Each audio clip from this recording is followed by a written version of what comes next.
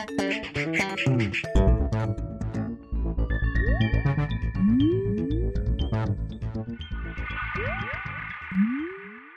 everyone, and welcome to The Vortex, where lies and falsehoods are trapped and exposed. I'm Michael Voris. So now various left-wing organizations that call themselves Catholic are jumping into the fray over the scandals at the Bishops' Conference and rushing to the defense of the money going to community organizing groups. They, however, don't mention or conveniently overlook or downplay that these same groups, so dedicated to fighting poverty, are also in league with pro-abortion and same-sex marriage groups. So, battle lines are being drawn between two opposing groups within the church, those who emphasize social justice on the one hand, and those who emphasize abortion and same-sex marriage on the other hand. Nothing really new here. These lines being drawn is not a bad thing, however. In fact, it's a good thing.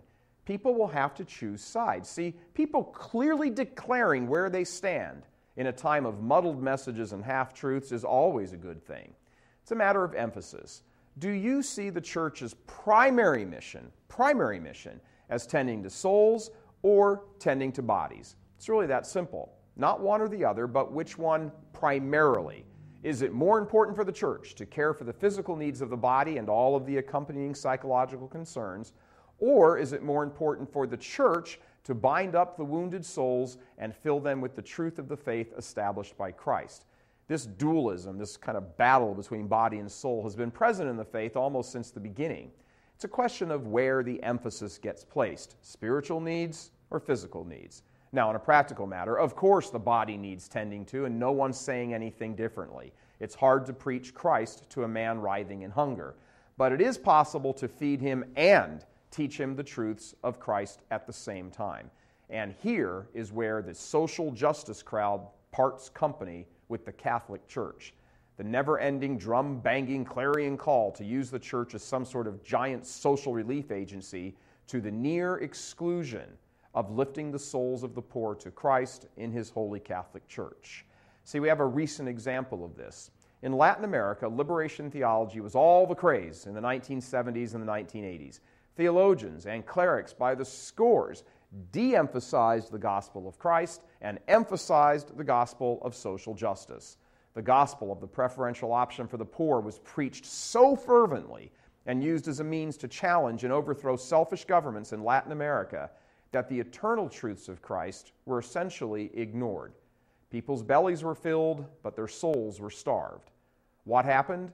Nearly a third of formerly very Catholic Latin America is now some version of Protestant.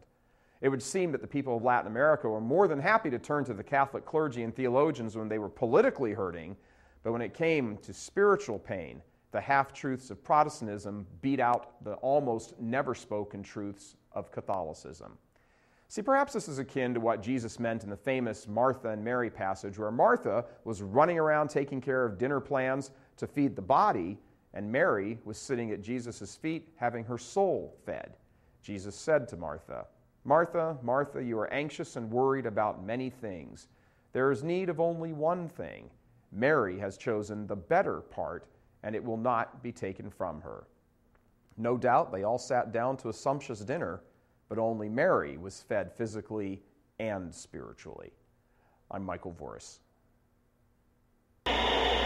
Please help us keep delivering these kinds of messages that so desperately need to be heard and acted on. Join RealCatholicTV.com today as a premium subscriber.